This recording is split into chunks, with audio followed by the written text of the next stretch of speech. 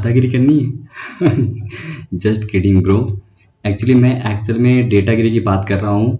तो ये डेटागिरी एक ऑप्शन है, जैसे कि डेटा वैलिडेशन का यूज़ करके आप डेटागिरी यहाँ पे सीखेंगे। तो क्या है, इस ऑप्शन का यूज़ करके आप क्या कर सकते, किसी भी कंडीशन को लगा सकते हैं, जो भी हेडिंग्स होती है वहाँ पे कंडीशन यूज़ कर सकते हैं। तो एक्सेल में आज मैं आपको बताने वाला हूँ आज की इस वीडियो में, आपके लिए इसलिए इम्पोर्टेंट है क्योंकि आज की इस वीडियो में आप सीखेंगे डेटा वैलिडेशन से रिलेटेड सारे पॉइंट्स एक ही वीडियो में। तो चलिए स्टार्ट करते हैं। डेटा वैलिडेशन करने के लिए मैं आ चुका हूं एक्सेल की इस प्रेजेंटेशन शीट पर, और इस प्रेजेंटेशन शीट में किस तरीके से हम डेटा वैलिडेशन क्यों करना है पहले ये बताता हूं, उसके बाद मैं बताऊंगा कि किस तरीके से डेटा वैलिडेशन किया जाएगा। तो सबसे पहले यहाँ पर देखेंगे, यहाँ पे हेडिंग दी गई है, फर्स्ट हेडिंग सीरियल नंबर की है, तो इसको हम लेफ्ट कर देते हैं। उसके बाद हम, क्योंकि मैंने यहाँ पर कोई भी कंडीशन नहीं अप्लाई किया है, और यहाँ पर सबसे पहली हेडिंग या दूसरी हेडिंग दी गई कैंडिडेट नेम, और ये कैंडिडेट नेम में यहाँ पर नेम फीड करोगे, यानी कि टेक्स्ट टाइप करोगे। और टेक्स्ट टाइप करते हो तो यहाँ पर तो टेक्स्ट हो किसी का नाम ले सकते हैं, जैसे हमने यहाँ पे करण सिंह लिख दिया, और जैसे एंटर करेंगे यहाँ पे तो ये सेपरेट हो जाता है। अगर गलती से आप कोई भी नंबर टाइप कर देते हैं यहाँ पर, और नंबर टाइप करने के बाद जैसे एंटर कर देते हैं तो भाई एक मैसेज आ गया। तो इस मैसेज में आप देख सकते हैं, यहाँ पे मैं जूम करके दिखा देता हूँ, इतना भी नहीं पता कि किसी के नाम में नंबर होते हैं क्या। तो भाई इस तरीके का मैसेज आएगा, किस तरीके से इस तरीके से मैसेज लगाएंगे तो आगे पढ़ेंगे। अभी तो मैं इसका कैंसिल कर देता हूँ। नेक्स्ट हेडिंग देखते हैं, यहाँ पे दिया गया एडमिशन डेट। एडमिशन डेट में हमने यहाँ पे इनपुट मैसेज लगाया 1 अप्रैल 2025 से 31 मई 2025 के बीच में कोई भी डेट फिट करोगे यहाँ सेपरेट होगा, अदरवाइज नहीं। तो यहाँ पर अगर हम कोई भी डेट फिट कर देते हैं, जैसे कि यहाँ पर 1 मार्च 2025 एंटर, तो भाई देखिए क्या मैसेज आया। अरे यार इसको जूम करता हूँ, अरे यार क्या कर रहे हो, 1 अप्रैल 2025 से 31 मई 2025 के बीच में डेट लिखो ना। इसके बाद नेक्स्ट हेडिंग पे आगे यहाँ पे दी गई एडमिशन डेट। एडमिशन डेट में क्या होगा, जो मैंने इनपुट में से लगाया कंडीशन लगाई 9 AM to 5 PM की कंडीशन लगाई है, और यहाँ पे अगर इसके पहले की डेट या इसके बाद की टाइम की डेट लिख देते हो, जैसे कि 9 AM के पहले हम लिख देते हैं, जैसे 8 AM लिख देते हैं, और ये जैसे यहाँ पर हमने ये टाइम को लिख के एंटर किया। आप भाई साहब देखिए क्या मैसेज आया, आपने गलत टाइम एंटर किया है, सुबह 9 से शाम 6 बजे के बीच टाइम एंटर करो ना भाई।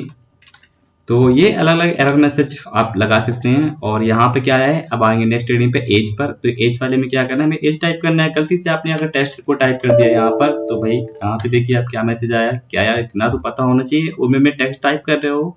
नेक्स्ट हेडिंग पे आता हूँ, यहाँ पे स्टेट की हेडिंग में क्या होगा, आपको यहाँ पर ड्रॉप डाउन लिस्ट किस तरीके से बनानी है यहाँ पे ये सीखना है। तो इसके लिए आप जैसे कोई भी स्टेट के नाम यहाँ पे लिखे हुए हैं, कोई भी अगर न्यू स्टेट का नेम लिख देते हैं जो कि लिस्ट में नहीं है होगा, जैसे कि यहाँ पे हमने पंजाब लिख दिया, और पंजाब लिखने के बाद जैसे एंटर किया ये मैसेज आ गया। क्या मैसेज आया, अरे ध्यान दीजिए ये राज्य लिस्ट में नहीं है। आप क्या करना चाहते हैं, यस करेंगे तो ये एक्सेप्टेड हो जाएगा, अदरवाइज नो करेंगे तो लिस्ट से नाम अपना ही फिट कर सकते हैं, हटा सकते हैं।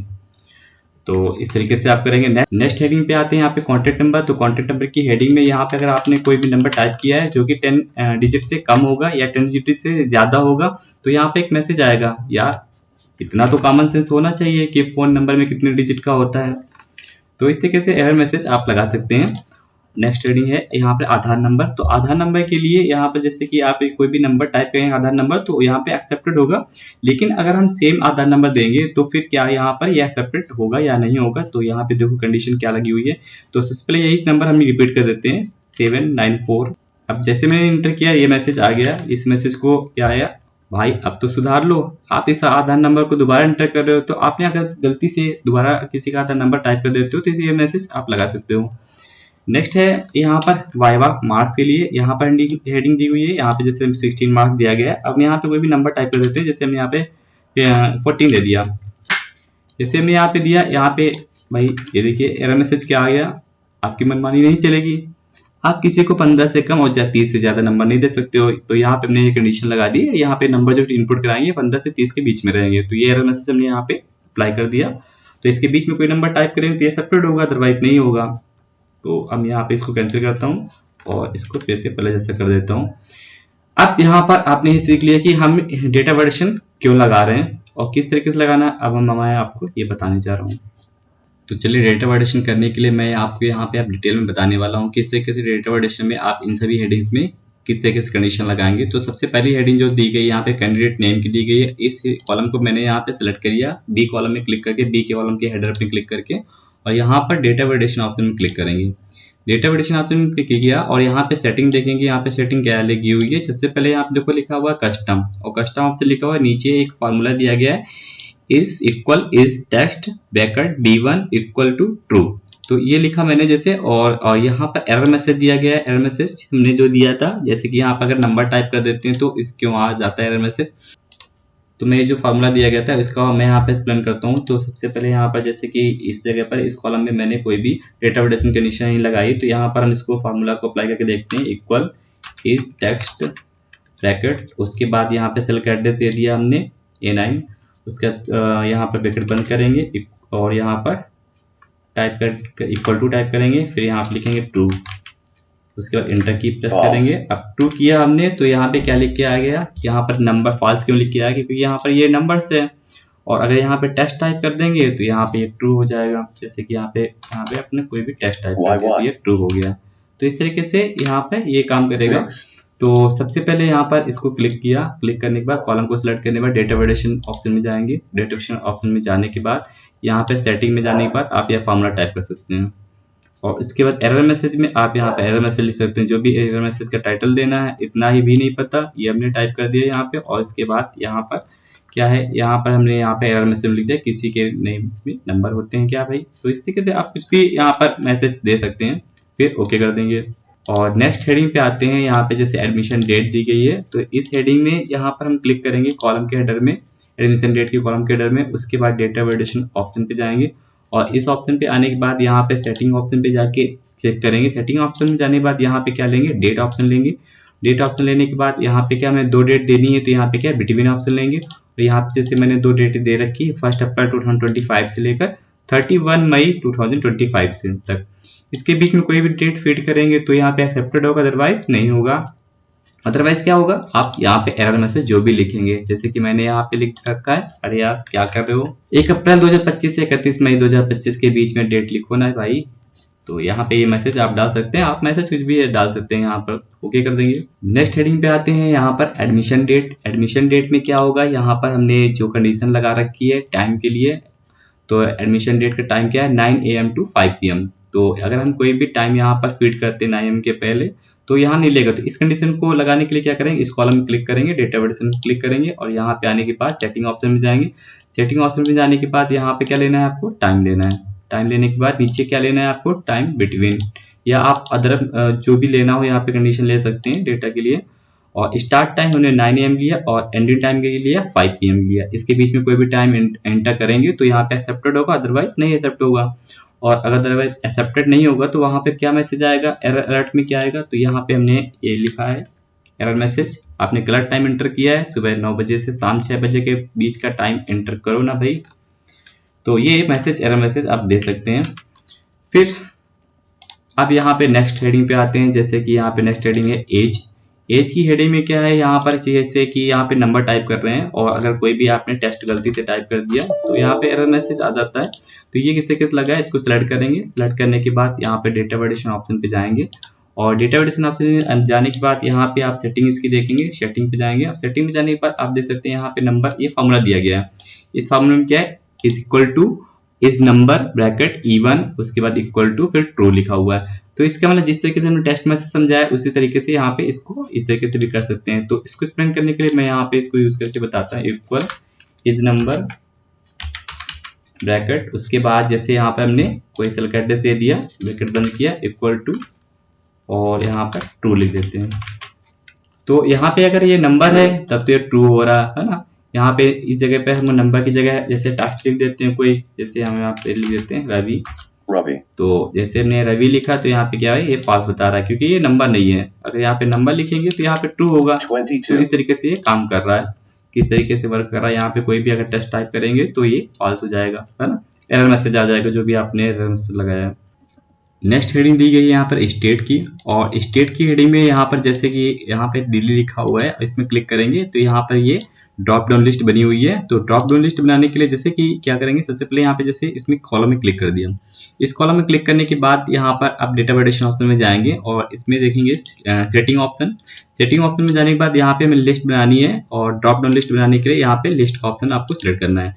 इसको सिलेक्ट करने के बाद यहाँ पे सोर्स में मैंने यहाँ पे एड्रेस दे दिया है। तो यहाँ पे आप देख सकते हैं कि यहाँ पे हमने पहले से ऑलरेडी यहाँ पे कुछ स्टेट के नाम लिख रखे हैं और इस कॉलम के हेडर में क्लिक कर दिया है। तो जैसे हमने क्लिक किया, इस कॉलम के हेडर यहाँ पर एड्रेस आ गया $M और ओके कर देंगे। और यहाँ पे जो भी लिस्ट के अंदर आइटम दिए गए यानी स्टेट के नाम दिए गए ये यहाँ पर आ रहे हैं। अगर हम कोई भी नया इसमें स्टेट के नाम फीड कर देते हैं, जैसे यहाँ पे हमने दे दिया हरियाणा, और ये टाइप करने के बाद जैसे एंटर करेंगे भाई ये मैसेज आ जाएगा, अरे ध्यान दीजिए ये राज्य लिस्ट में नहीं है, आप क्या करना चाहते हैं। तो ये इस तरीके से एरर मैसेज लगा सकते हैं।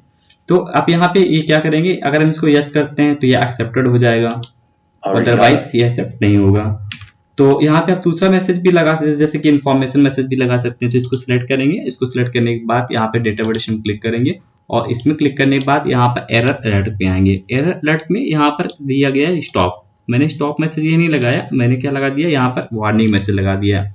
और वार्निंग मैसेज में एक्सेप्ट यस या नो पूछेगा। अगर आप यस करते हैं तो वहाँ एक्सेप्टेड हो जाएगा, नो करते हैं तो वहाँ पे टाइप नहीं होगा। और अगर आप इन्फॉर्मेशन केवल देना चाहते हो, इन्फॉर्मेशन में इस तरीके से लोगो आएगा और आप जैसे इसको ओके कर देते हैं। और कोई भी न्यू टाइप करते हैं स्टेट का नाम, जैसे हमने यहाँ पे पंजाब दे दिया।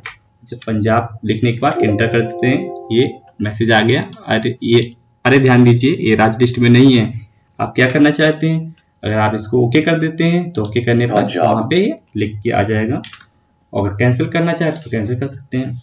नेक्स्ट हेडिंग यहाँ पर दी गई है कॉन्टैक्ट नंबर की। तो कॉन्टैक्ट नंबर की हेडिंग में क्या होगा, क्या कंडीशन लगी हुई है, इसमें क्लिक करेंगे कॉलम के हेडर में, और उसके बाद डेटा वैलिडेशन क्लिक करेंगे। डेटा वैलिडेशन क्लिक करने के बाद यहाँ पे क्या करेंगे, हमें टेस्ट लेंथ लेना है।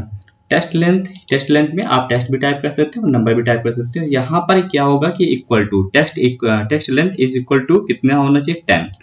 तो यहाँ पे अगर 10 डिजिट का आप नंबर फीड करेंगे तब तो यहाँ एक्सेप्टेड होगा, अदरवाइज नहीं एक्सेप्ट होगा। अगर आप 10 डिजिट से कम फीड करते हैं, एंटर करते हैं, या फिर उससे ज्यादा कर देते हैं, तो फिर एरर अलर्ट में क्या लिखा है, एरर अलर्ट में हमने लिख दिया, यार इतना तो कॉमन सेंस होना चाहिए कि फोन नंबर कितने डिजिट का होता है। भाई इस तरीके से आप कुछ भी मैसेज यहाँ पर फनी टाइप लगा सकते हैं। नेक्स्ट अब यहाँ पे ओके कर देता हूँ जैसे, और कोई भी नंबर टाइप करता हूँ, जैसे यहाँ पे कुछ ही नंबर टाइप करने पर एंटर कर देता हूँ, तो ये मैसेज इस तरीके से आ जाएगा। नेक्स्ट हेडिंग दी गई है यहाँ पे आधार नंबर के लिए। तो आधार नंबर की हेडिंग में क्या कंडीशन लगी हुई है, तो सबसे पहले इसके कॉलम के हेडर में क्लिक करेंगे, और उसके बाद डेटा वैलिडेशन ऑप्शन में क्लिक करेंगे। यहाँ पर डेटा वैलिडेशन पे आने के बाद आप देख सकते हैं, इसको मैं जूम कर देता हूँ कि ये फार्मूला दिया गया है इसके लिए, इक्वल काउंटिव ब्रैकेट H कॉलम का साइन, फिर H, उसके बाद H1 इक्वल टू 1। तो ये फार्मूला यूज करेंगे। और यहाँ पर एरर अलर्ट में क्या लगाएंगे, जैसे कि भाई अब तो सुधार लो, आप इस आधार नंबर को दोबारा एंटर करें। अगर आप यहाँ पर कोई भी आधार नंबर टाइप करते हैं और वो दोबारा से रिपीट हो जाता है, यानी एक बार आप टाइप कर चुके हैं और सेम आधार नंबर यूज करते हैं, तो इसके लिए आप यहाँ पे एरर मैसेज में क्या लिखेंगे, तो यहाँ पे आप एरर मैसेज को लिख सकते हैं, आप कुछ भी चेंज कर सकते हैं। तो देखते हैं इसको किस तरीके से यूज करेंगे। भाई इसके लिए सबसे पहले यहाँ पे काउंट इफ का फंक्शन किस तरीके से यूज करेंगे, भाई यहाँ इक्वल, और इक्वल करने के बाद काउंट इफ यूज करेंगे, काउंट इफ ब्रैकेट बनाने के बाद यहाँ पे क्या करेंगे, सबसे पहले यहाँ पर इसका सेल की रेंज दे देना। तो हमने कॉलम के हेडर में क्लिक कर दिया, जैसे H आधार नंबर के कॉलम के हेडर में क्लिक कर दिया, और क्लिक करने के बाद यहाँ पर कॉमा लगाना है। कॉमा लगाने के बाद यहाँ पर आधार नंबर, इसके लिए यहाँ पे जैसे आधार नंबर यहाँ से स्टार्ट हुआ है तो इसमें क्लिक कर देंगे। इसका एड्रेस क्या गया, H2, और इसको ब्रैकेट बंद करेंगे। उसके बाद यहाँ पर इक्वल टू 1 टाइप करेंगे, क्योंकि आधार नंबर हमें क्या करना है, 1 टाइम, कोई भी आधार नंबर जो भी होगा और वो हमें यूनिक लाना है और एक ही बार लाना है। तो इसके लिए यहाँ पर 1 टाइप करेंगे, क्योंकि हमें 1 टाइम ही लेना है। और कोई भी अगर सेम आधार नंबर रिपीट होगा तो वो यहाँ पर एंटर नहीं होगा। जैसे आप एंटर करने में एंटर करेंगे तो वहाँ पे रेस्ट्रिक्ट बताएगा, मतलब एरर मैसेज आएगा। और हम यहाँ पे एंटर करते हैं, तो एंटर करने पर यहाँ पे क्या कर रहा है, ट्रू कर रहा। अगर हम यहाँ पर कोई भी आधार नंबर सेम टाइप का ऐसे टाइप कर देते हैं, जैसे यहाँ पे 79468574, ये नंबर एंटर करने के बाद एंटर करेंगे। अब यहाँ पे देख सकते हैं आप एरर मैसेज भी आ गया, और यहाँ पर भी देख सकते हैं, यहाँ पे हमने फार्मूला लगाया था तो इस तरीके से फार्मूला यूज कर सकते हैं। और ये देखिए यहाँ पर भी फॉल्स लिख के आ गया, क्योंकि मैंने वहां पे फार्मूला यूज किया था। तो यहाँ पे ये इस तरीके से आ जाएगा। अब आप नेक्स्ट ऑप्शन समझेंगे यहाँ पर, वाइवा मार्क्स के लिए। तो यहाँ पे इस कॉलम में क्या किया गया, क्या कंडीशन लिखी हुई है, तो सबसे पहले इस कॉलम के हेडर में क्लिक करेंगे। इस कॉलम के हेडर में क्लिक करने के बाद यहाँ पे डेटा वैलिडेशन ऑप्शन क्लिक करेंगे। अब यहाँ पे आने के बाद क्या कंडीशन है, यहाँ पर सेटिंग पे ऑप्शन पे जाएंगे और सेटिंग ऑप्शन में जाने के बाद यहाँ देख सकते हैं आप, यहाँ पे उसके लिए सबसे पहले यहाँ पे अलाउ में क्या लेंगे, होल नंबर लेंगे। यहाँ पे होल नंबर लेने के बाद यहाँ पे डेटा में आप कुछ भी ले सकते हैं, जैसे कि हमें यहाँ पे मार्क्स देने हैं सभी के, और मार्क्स देने के लिए वाइवा के यहाँ पे हमने बिटवीन लिया ऑप्शन, और बिटवीन में 15 से 20 के बीच में अगर कोई भी नंबर टाइप करोगे तो एक्सेप्टेड होगा, अदरवाइज नहीं होगा। जैसे कि यहाँ पे 15 के और 20 के बीच में यहाँ पे 16 नंबर है तो यहाँ पे एक्सेप्टेड है, ओके कर दो। अब यहाँ पे कोई भी नंबर यहाँ पे टाइप करके देख लेते हैं, जैसे हमने 14 टाइप कर दिया तो भाई ये देखो एरर मैसेज आ गया ना। जो भी एरर मैसेज आप टाइप करेंगे वो एरर मैसेज यहाँ पे आपकी मनमानी नहीं चलेगी कि आप किसी को भी 15 से कम और 30 से ज्यादा नंबर दे दो, भाई ये मनमानी नहीं चलेगी। तो इस तरीके से आपने सीखा किस तरीके से हम डेटा वैलिडेशन किया है। तो आपने सीखा यहाँ पे डेटा वैलिडेशन किस तरीके से हम यूज करेंगे, डेटा वैलिडेशन का यूज करके किस तरीके से कंडीशन अप्लाई करेंगे, और कंडीशन को अप्लाई करने के बाद अगर कोई भी डेटा आपको फीडिंग कर रहे हैं तो वहाँ पे किस तरीके से एरर मैसेज शो करेगा, और इनपुट मैसेज किस तरीके से लगा सकते हैं, ये सारी चीजें सीख ली। अगर आपको इस तरीके से वीडियो में कुछ भी अगर आप पूछना हो तो आप कमेंट कर सकते हैं, कुछ भी रहेगा, कुछ भी डाउट्स वगैरह हो तो आप कमेंट करके पूछ सकते हैं। तो फ्रेंड्स आपको ये वीडियो कैसा लगा, अगर आपको ये वीडियो अच्छा लगा और यूजफुल लगा हो तो आप प्लीज़ इस चैनल को सब्सक्राइब करिए, लाइक करिए और साथ ही साथ बेल आइकन प्रेस करिए, जिससे कि आपको और भी इस तरीके के यूजफुल वीडियोस के नोटिफिकेशन आपको मिलते रहें। तो चलते हैं नेक्स्ट वीडियो में मिलते हैं।